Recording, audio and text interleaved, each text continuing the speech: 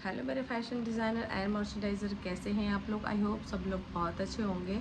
सो आज का वीडियो भी एक रिक्वेस्टेड वीडियो है और आज का जो रिक्वेस्टेड वीडियो है वो है राहुल सिंह जी का। तो राहुल सिंह जी ने मुझसे कमेंट किया है हमारे वीडियो पे कि मैम हमारी फील्ड की मतलब हमारे जो गारमेंट इंडस्ट्री है उसकी जो एक वीकनेस है वो ये है कि आप चाहे एक्सपीरियंस हो, फ्रेशर हो, कोई भी हो, अगर आपकी एक बार जॉब छूट जाती है तो आपको 6 मंथ तक आपको जॉब नहीं मिलती है। चाहे आप प्रोडक्शन मैनेजर हो, फ्लोर इंचार्ज हो या फिर लाइन मैन हो, सुपरवाइजर हो, जो भी हो। तो आज इसी के बारे में आज आपको बताने वाली हूँ कि क्या सच में ऐसा है कि हमारी इंडस्ट्री में अगर आपके पास एक्सपीरियंस है तो भी इन केस अगर आपकी जॉब छूट गई तो आपको जल्दी जॉब नहीं मिलती है। तो ये वीडियो बहुत इंपॉर्टेंट वीडियो है उनके लिए जो ऑलरेडी इस फील्ड में हैं और उनके लिए भी जो इस फील्ड में जाना चाहते हैं। सो वीडियो बहुत इंपॉर्टेंट है, वीडियो को बहुत ध्यान से देखना और वीडियो का जो फीडबैक हो आप लोग कमेंट ज़रूर करके बताना। एंड नेक्स्ट वीडियो आप लोग जिस भी टॉपिक पे चाहते हैं आप लोग भर भर के कमेंट करो। चलिए वीडियो को स्टार्ट करते हैं। देखिए, being a part of the industry, क्योंकि मैं भी एक इंडस्ट्री का पार्ट हूँ और मैंने भी एक सीनियर पोस्ट पे काफ़ी टाइम तक काम किया है, ठीक है, एज द सीनियर मर्चेंडाइज़र। तो मैं इंडस्ट्री के बारे में, जैसा कि आपने बोला है, आपका एक्सपीरियंस एक अलग फील्ड में हो सकता है, अलग मतलब आई एम सॉरी, अलग फील्ड इन द सेंस कि आपका अलग पोस्ट हो सकता है आप सुपरवाइज़र हो सकता है कि आप प्रोडक्शन इंचार्ज हो सकता है आप लाइन मैन हो,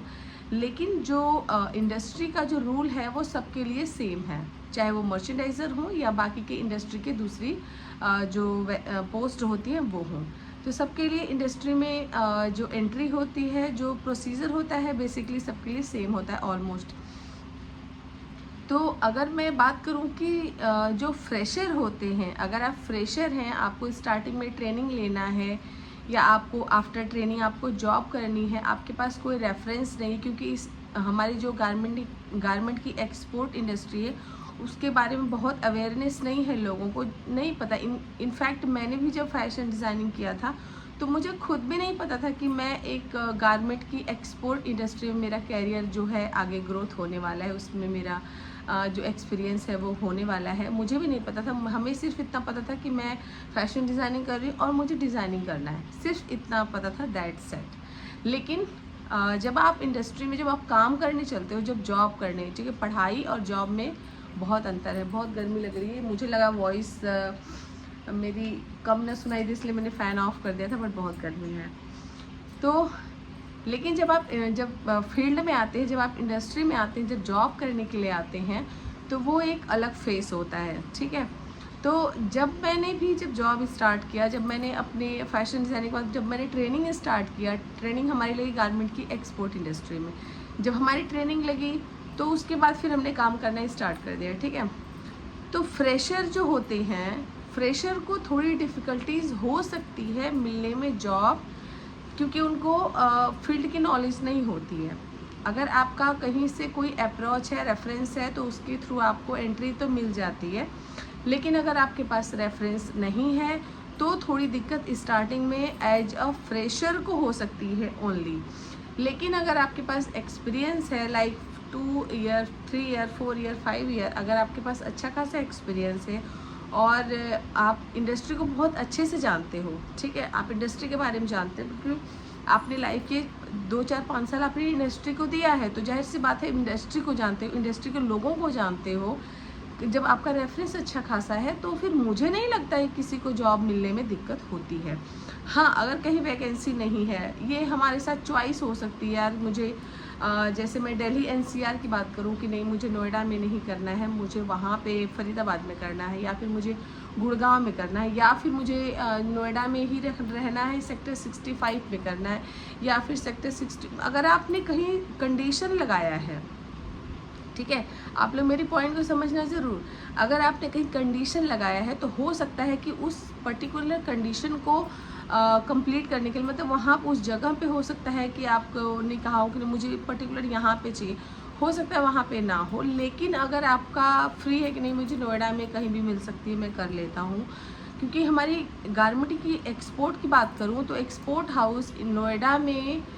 मतलब दिल्ली एनसीआर में बहुत हैं, हजारों में हैं।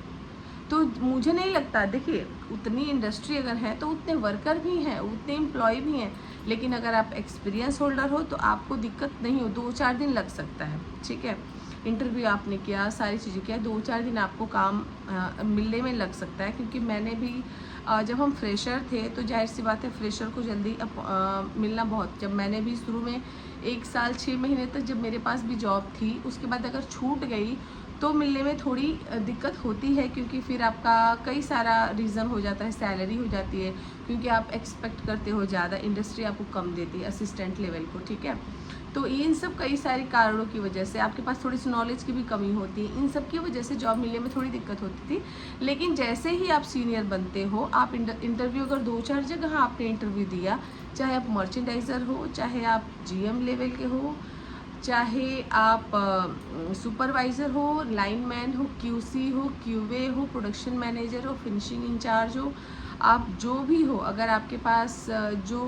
जहाँ पे इंटरव्यू के लिए अगर आप जा रहे हो, आपकी जो एक्सपेक्टेशन है, आपने अपनी एक्सपेक्टेशन के अकॉर्डिंग आपने मतलब जो वहाँ पे अगर वहाँ पे वैकेंसी जो है वो आपके एक्सपेक्टेशन के अकॉर्डिंग वहाँ पे वैकेंसी है, और वो जो आपसे चाहते हैं, अगर आपका इंटरव्यू उनके हिसाब से गया कि देखिए फैक्ट्री की भी एक कंडीशन होती है कि उसको जो एम्प्लॉई चाहिए उसको इतनी सैलरी, हर एक फैक्ट्री की अपनी अलग एक रूल होता है कि मुझे प्रोडक्शन मैनेजर को, सुपरवाइज़र को, इन लाइन को, मैनेजर को, GM को, मर्चेंडाइज़र को, असिस्टेंट मर्चेंडाइज़र को, सीनियर मर्चेंडाइज़र को इतने साल का एक्सपीरियंस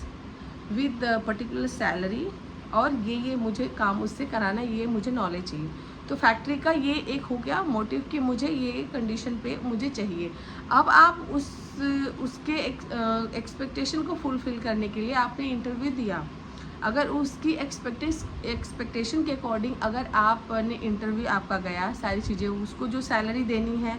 वो आपने मांगा, मतलब वो आपकी एक्सपेक्टेशन है, उसको जो नॉलेज चाहिए वो आपने इंटरव्यू में दिया, तो जाहिर सी बात है जब दोनों चीज़ें बराबर हो जाती हैं फिर तो आपको जॉब मिल जाएगी। लेकिन अगर आपकी सैलरी एक्सपेक्टेशन हाई है,